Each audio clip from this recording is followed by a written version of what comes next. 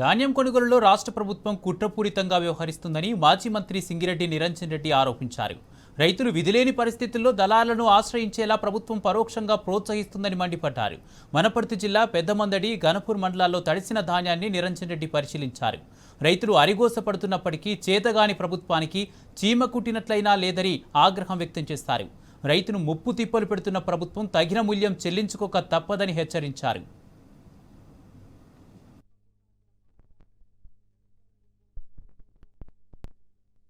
రాష్ట్రంలో ధాన్యం కొనుగోళ్ల విషయంలో కాంగ్రెస్ సర్కారు ఘోరంగా విఫలమైంది.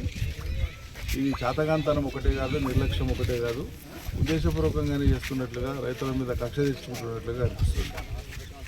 ఎందుకంటే ఎక్కడికక్కడ యూరియా కోసం లైన్లో నిలబెట్టిండ్రు, కరెంటు లేక తిప్పలు పడ్డారు, ప్రభుత్వం మీద ఆగ్రహంగా ఉన్నారు.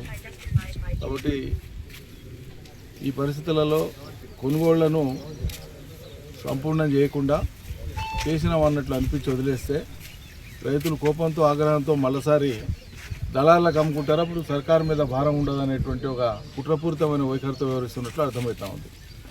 అంటే విధిలేని పరిస్థితులలో ఈ కొనుగోలు మేము కళల తెచ్చి నెల రోజులైంది, నెల రోజులైనా కూడా తూకాలు చేయరు. తూకాలు చేసినాక కూడా మళ్ళీ 15 రోజులు 20 రోజులు అయితే కూడా బండ్లు పెట్టరు.